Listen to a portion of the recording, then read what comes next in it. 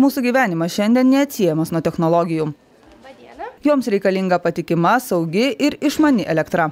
Daugiau nei 1,5 milijono Lesto klientų tikisi elektros energijos kiekvieną akimirką, tada, kai jos reikia. Lesto teikia prioritetą šiam poreikiui ir siekia užtikrinti patikimas bei išmaniai valdomas paslaugas savo klientams. Todėl per artimiausią dešimtmetį bendrovė planuoja iš esmės modernizuoti skirstomąjį tinklą, tam skirdama milžiniškas investicijas. Šiandien patikimas ir saugus elektros energijos tiekimas yra pagrindinis Lesto tikslas. Tai yra mano ir visų Lesto darbuotojų užduotis kiekvieną dieną.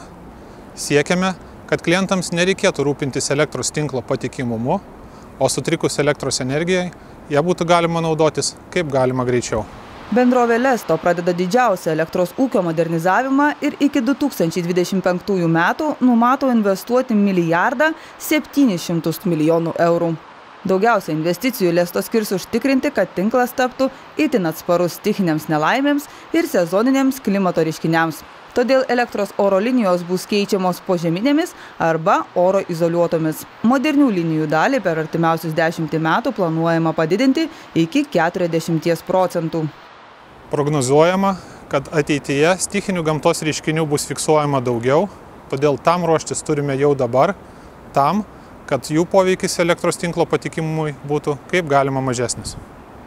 Taip pat ketinama investuoti į tinklo saugumą ir patikimumą. Susidėvėjusi įranga bus pakeista šiuolaikiškais, kokybiškais įrengimais. Bendrovė investuos ir į elektros įtampos kokybės gerinimą.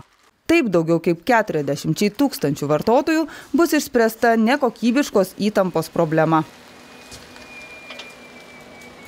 Iki 2025 metų Lesto ketina įgyvendinti 7 išmaniojo tinklo projektus.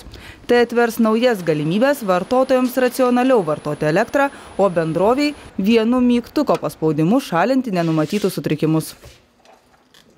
Planuodami investicijas kalbėjome su klientais, akcininkais, visuomenė, reguliatoriumi, energetikos sektoriumi. Atlikdami investicijas atsižvelgsime į visų poreikius.